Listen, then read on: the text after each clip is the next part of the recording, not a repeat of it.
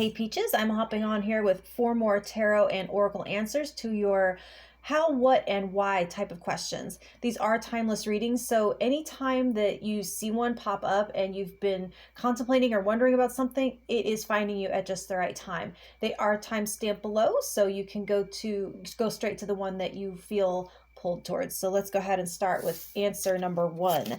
You have the 6 of Pentacles and let go. Enjoy the pulsing light of the butterfly, but don't hold on too tight. So I'm getting 2 different things here for different people. I don't normally answer yes or no, but this is kind of answering yes at a price. So you have to give something to get something, and that's just for some. But for others, you actually already have it. You might be looking externally for something that you already are or already have access to within or at home or something like, like you tell the kid, we don't need to buy that, we have food at home. Anyway, I mean, I'm also hearing that you can't depend on this.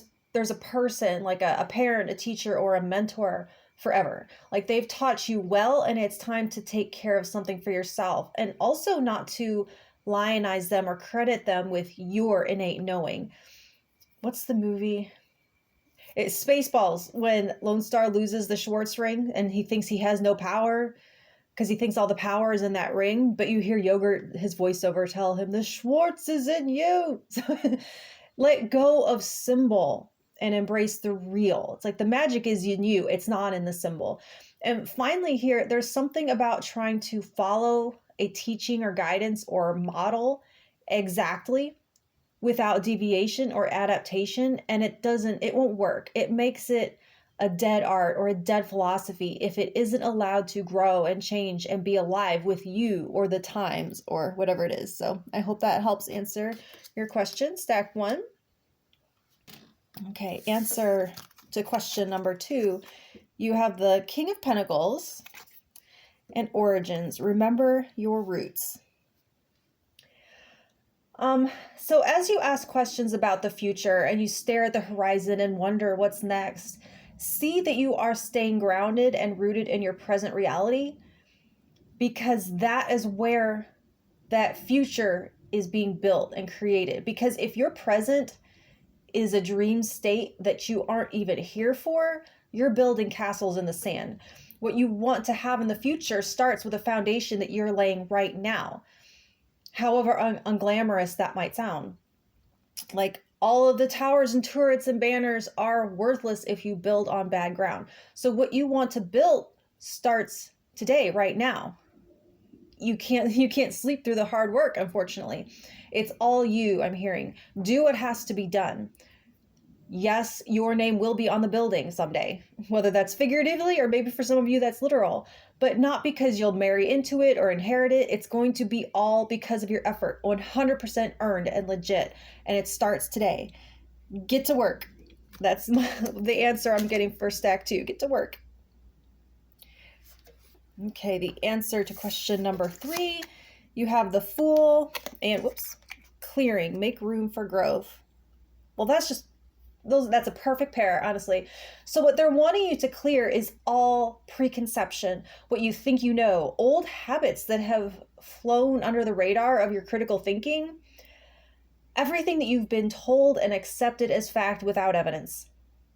There is mental clutter crowding out your answer, and this answer isn't going to confirm something that you already know. And a lot of tarot readings, that's kind of what they do. You know, like you hear something and you knew it already, you just wanted to hear someone else say it. They're saying you have to be a blank slate in order to receive and integrate something completely new. And you got to be like the mad scientist who, like in a fit of frustration, throws out all of his charts, all of his notes and notebooks and theories and research, and he's left with a mess of papers, and somehow, some way, the trash falls in such a way that he gets his aha moment, or he goes to his kitchen to cook dinner after his tantrum and something mundane in the toaster triggers his insight or his breakthrough. Do you kind of get the image I'm trying to create here? It may not hit that dramatically, but your answer is waiting for you back at the drawing board. So I hope that helps you find what you need to know. Stack 3. And the answer to question number 4 as I fiddle with that. Okay. You have judgment and opportunities. Unfurl like a fern, even without warm sunlight. There's something about you that makes you different, and whatever you might think of that trait, it's your key to success right now. So don't change anything about yourself. What up until now may have been a hindrance, now its real purpose and value can be revealed, even if it ends up being in hindsight. It's like you might even face a rejection that obviously doesn't feel good in the moment, but down the line something comes out where the ones who were chosen experience some kind of loss or negative consequence. And because you weren't picked, you aren't involved in it. It's like you're still available for when the perfect fit comes along. Like, this isn't literal, but I mean, like, the kind of imaginary scenario I'm getting is like a group of people in suits tearing someone down, teasing them about working for a small company for a modest wage. Ha ha ha, we're better. And then going back to their skyscraper offices to find the SEC raiding their offices, or whatever they do, serving papers, arresting the CEO. You get it.